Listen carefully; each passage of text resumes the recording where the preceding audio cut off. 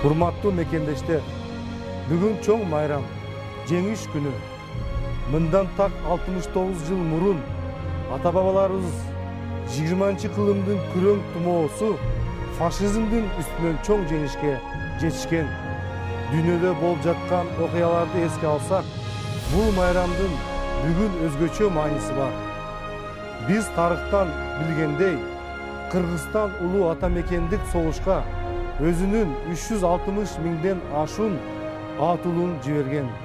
72 Кыргызстандык Советтер Союзунун баатыры наамына ээ болгон.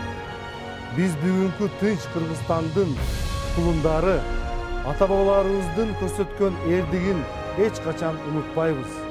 Биз аларга терең таазим этебиз. Дагы бир ирет жеңиш күнүңүздөр менен.